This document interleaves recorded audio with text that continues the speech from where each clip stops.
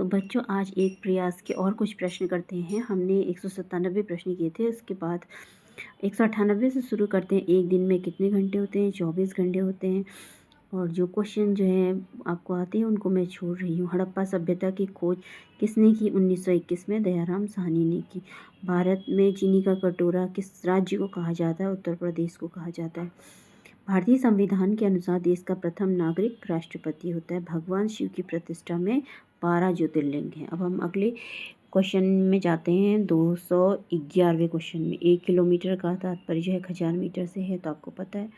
Aditya L1 को किस प्रक्षेपण यान से प्रक्षेपित किया गया था? इसे PSLV-C-57 से प्रक्षेपित किया गया। PSLV का पूरा नाम जो है polar satellite launch vehicle.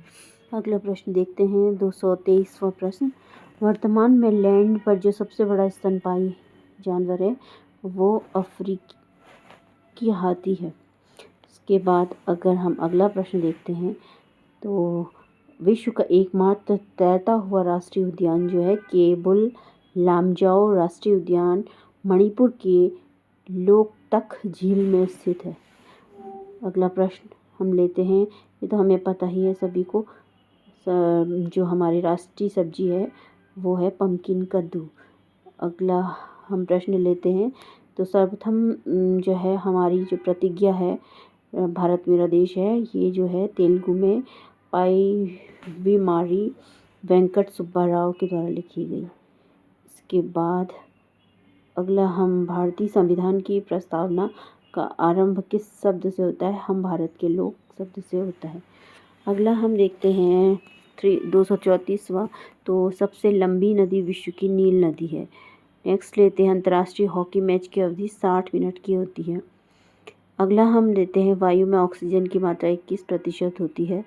Next question है पुष्कर मेला जो है प्रसिद्ध जो है वो अजमेर राजस्थान में आयोजित किया जाता है। अगला हम लेते हैं तो वायुमंडल में नाइट्रोजन जो है नाइट्रोजन गैस 78% मात्रा में है। नेक्स्ट है एलईडी का आविष्कार निफ होलोनियाक के द्वारा हुआ। नेक्स्ट ईसीजी जो है किसकी गति को दर्शाता है? वो हृदय की गति को। अब लेते हैं अगला प्रश्न 246वां प्रश्न, भारत के किस राज्य में केवल 2 जनपद है? गोवा में केवल 2 जनपद है। फिर अगला हम रोमन पद्धति संख्या पद्धति में 100 के लिए क्या संकेत लिखते हैं? तो 100 के लिए C लिखते हैं। उत्तराखंड की किस विधानसभा में अभी हाल ही में उपचुनाव हुए थे? यानी कि 2023 की बात हो रही है, तो बागेश्वर विधानसभा के लिए हुए थे। उसके बाद नेक्स्ट क्वेश्चन हम लेते हैं, अंतरिक्ष से आसमान कैसा दिखाई देता है? तो अंतरिक्ष से आसमान काला दिखाई देता है। फिर विश्व मौसम विज्ञान संगठन का मुख्यालय कहाँ है? जिनेवा स्विट्ज़रलैंड में है। गुलिवर की यात्राएं जो पुस्तक लिखी है उसके लेखक हैं जोनाथन स्विफ्ट।